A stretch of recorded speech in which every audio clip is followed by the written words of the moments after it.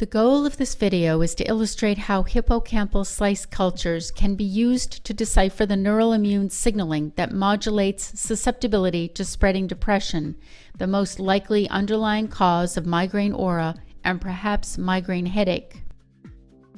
Spreading depression is easily evoked in hippocampal slice cultures. Since the cultures are maintained in vitro for weeks, the behavior of individual cell types can be measured, mimicked, and modulated over extended periods. This is especially important for the study of neural immune signaling. Since mature hippocampal brain slices attain a quiescent immune state, immune responses of spreading depression can be assessed without the potentially confounding effects of anesthesia. Using modern molecular biological techniques, sensitive detection of cytokine signaling from as few as 50 cells to approximately 90,000 cells in a slice can be determined. Accordingly, hippocampal brain slice cultures are ideally suited for use in the development of novel neural immune therapeutics to alleviate migraine. My name is Yelena Grinberg, and this is Aya Pusic and Heidi Mitchell from the laboratory of Richard Craig and the Department of Neurology at the University of Chicago Medical Center. Today we will demonstrate the use of rat hippocampal slice cultures in the study of low-level immune signaling of spreading depression. Spreading depression is a paroxysmal neural event that's triggered by a burst of increased synaptic activity that's then quickly followed by a transient loss of all activity. Increasing evidence shows that low-level immune signaling can influence and in return be influenced by synaptic activity within the brain. We hypothesize that cytokines modulate susceptibility to spreading depression, and as a result, migraine aura and perhaps migraine headache as well. The procedures we describe here are designed to minimize potentially confounding immune cell activation and increase our ability to detect low-level immune signaling. This lets us detect the widest array of neural immune signaling and its interactions with spreading depression.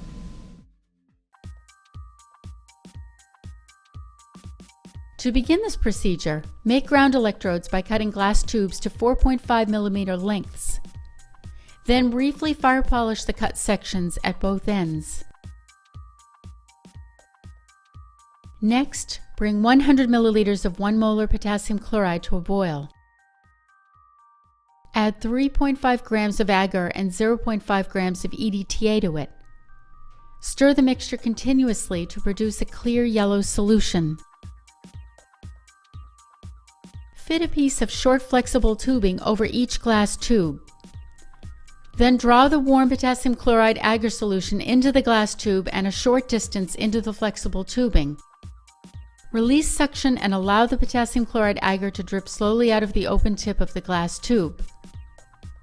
As the agar drips out, touch a piece of ice with the tip of the open glass tube, which will prompt the agar to gel at the electrode tip and not gel after receding back up into the glass tube. Once the agar is gelled, gently remove the flexible tube without altering the agar's position in the glass tubes. Put 0.5 milliliters of 1 molar potassium chloride into each well of a 1.5 milliliter centrifuge tube rack. Then place the tip of each potassium chloride agar-filled glass tube in individual wells to keep the tips moist. Next, hold an 80 centimeter length 15 gauge silver wire with a hemostat. Clean each of the 4 sides by scraping the wire through an emery board held to the countertop. After that, cut the wire into lengths of 4 centimeters. Put them into a scintillation vial filled with bleach for 20 to 30 minutes in order to place a firm silver to silver chloride coat over the cleaned silver surface. Bend the wire in half and insert it into the glass tube filled with potassium chloride agar, leaving about 4 to 6 millimeters exposed. Then coat the glass tube tip containing the silver wire and a small extent of the wire with goop, a water-resistant and flexible glue, to prevent the potassium chloride agar from drying. Repeat for all electrodes and let the glue dry overnight. After drying, store the electrodes in scintillation vials with 5 milliliters of 1 molar potassium chloride and 25 milligrams of EDTA, about 5 to 6 electrodes per vial at 4 degrees Celsius. Make recording electrodes with borosilicate glass tubes with filaments. Next, make a stimulating electrode by cutting about a 20 centimeter length of Teflon-coated platinum iridium. Then bend the length in half. Tie the loose ends into a loose square knot, leaving about 2 centimeters from the knot to the ends of the wire. Secure the knot in the chuck of an electric hand drill placed on a table. While holding the other end of the wire with the hemostat, briefly turn the drill on and off until the wire is tightly twisted. To attach the platinum iridium twisted wires to lead wires, first tape the platinum iridium twisted wire to a bench top and drop a puddle of concentrated hydrochloric acid over one free end of the twisted wire. Then place the stripped end on a lead wire adjacent to the twisted wire end and apply heat from a fine-tipped soldering iron, then solder until the two wires are firmly attached. Slip a short length of heat shrink tubing over the exposed wire connection and shrink it with heat. Fire polish the tip of a 15 centimeter Pasteur pipette and guide the twisted platinum iridium wire down the pipette. Use a water-repellent epoxy to seal both ends of the electrode. Finally, attach banana plugs to the lead wire ends for the connection to the stimulus isolator. Under stereoscopic observation, place the electrode tip in PBS and look for electrolytically produced bubbles coming from only the cut end of the electrode tips. If any bubbles come from the sides of the twisted wires, cut the electrode transversely using a single-edge razor blade to re-establish intact insulation to the long axes of the wires. When troubleshooting to resolve aberrant stimulus effects, try to make a freshly cut electrode tip. Another important step is to prepare the recording dishes, which consist of a slice culture insert and a 35 mm culture dish that sits on two 1.0 by 12 mm glass rods, spaced about 1.0 centimeters apart. Glass rods are attached to the dish base by heating the glass tubes and then pressing them into the base with forceps. For static recording conditions, add 1.5 milliliters of media to the dish. Following this, soak a piece of sterile cotton that is 10 millimeters wide and 3 to 4 centimeters long in 1.0 milliliters of media.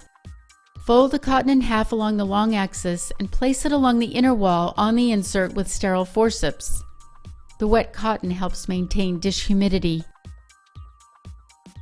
3 compressible 4 mm long pieces of tubing are equally spaced around the insert. Cover the dish tightly with polyvinyl chloride film to allow gas exchange. Then cut around its mid-vertical wall with a single-edge razor blade to remove excess polyvinyl chloride film.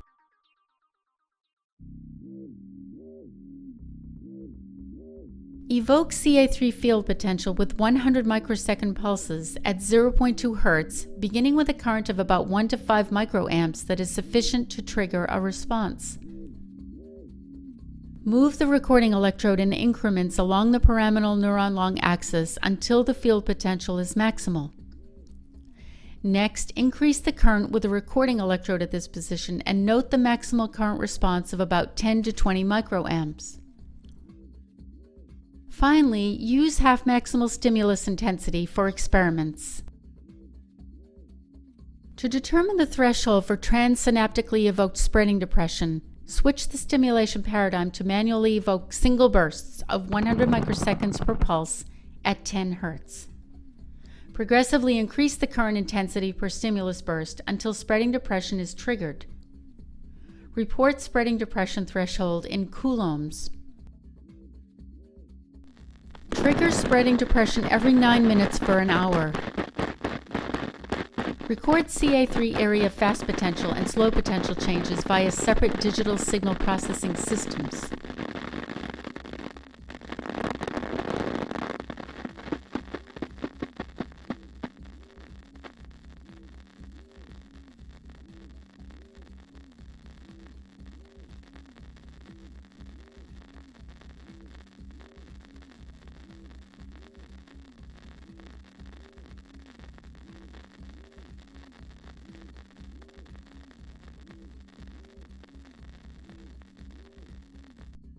After the last spreading depression, return the culture insert to normal incubation conditions and mark the culture dish lid to note the culture that experienced spreading depression.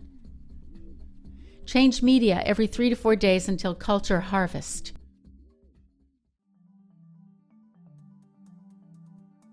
Begin this procedure by diluting isolectin to 20 micrograms per milliliter in growth media. Then incubate slice cultures at normal incubation conditions 4 to 10 hours before imaging. Turn on the microscope, camera, UV light, temperature control, and gases at least 1 hour before imaging. Next, set up the Metamorph software for imaging. Following this, place the insert in a 35 mm culture dish with 2 1 mm glass rods in the bottom. Then fit 3 2 mm pieces of rubber tubing between the walls of the insert and the culture dish to further stabilize the insert. Place a 10 mm wide piece of cotton soaked in an additional 1 milliliter of media inside the insert to maintain a humidified environment. Cover the top of the culture dish tightly with polyvinyl chloride film to prevent fluid loss. Make sure that the focus of the imaging is on the CA3 pyramidal cell layer. Note the slice's orientation by taking phase pictures at 5x, 10x, and 20x. In the Find Focus window, set range, current to be 8, and accuracy to be 1. Click Find Focus to ensure an in-focus image. In the Acquire Time-Lapse window, select time interval to be 1 minute and duration to be 6 hours. To accurately capture microglial movements, imaging should be no less frequent than once per minute. At the end of the movie, check for cell injury by cytokine screening.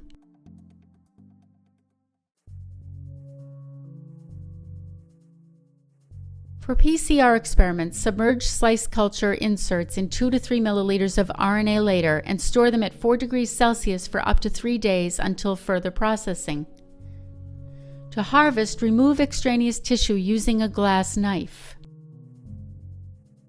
Put the slices into individual RNase-DNase-free 1.5 milliliter centrifuge tubes containing 0.5 milliliters of sterile phosphate-buffered saline using a fine-tipped paintbrush.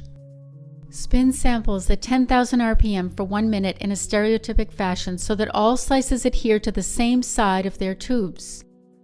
Remove the PBS supernatant and resuspend the sample in 500 microliters of Trizol.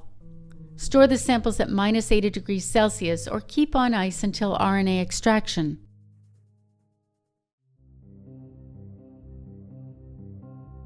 Protein expression changes from siRNA knockdown can be sensitively assessed by enhancing traditional DAB immunostaining via silver intensification and subsequent densitometric quantification.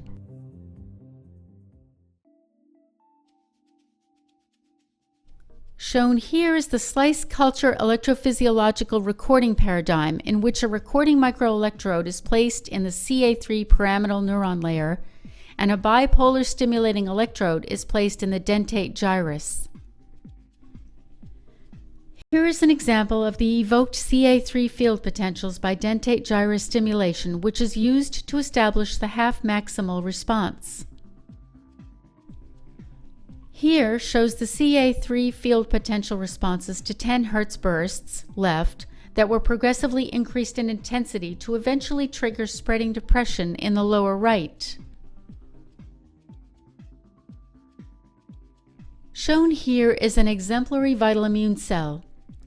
This imaging demonstrates for the first time that a fraction of microglia move long distances in an optimal search pattern, as indicated in red, known as Levy flights that are inversely proportional to synaptic activity. Preamplification of cDNA allows the detection of IFN gamma in hippocampal slice cultures.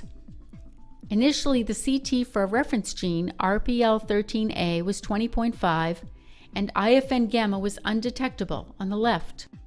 However, after preamplification indicated on the right, IFN gamma was easily detected at 29.0, with RPL13A registering at 14.1 to indicate a 12-fold increase of signal amplification.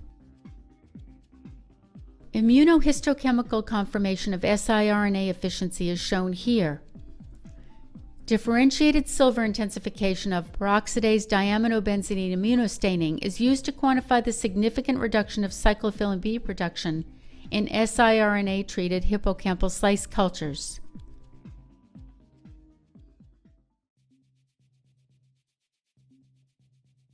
Once mastered, the techniques outlined in this video can be performed over several days.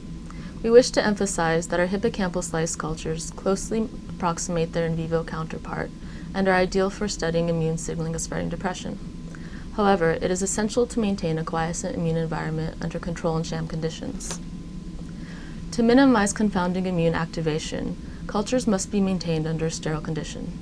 They should not be exposed to excessive chemical, mechanical, or thermal perturbations. Since physiological cytokine signaling occurs at the femtomolar level, highly sensitive and reproducible measurement techniques must be applied. We use PCR array technology and sensitive proteomic techniques. Finally, cytokines are both pleiotropic and redundant. Accordingly, multiplex cytokine targets measured over time are useful for studying how immune signaling modulates susceptibility to spreading depression and, by extension, migraine.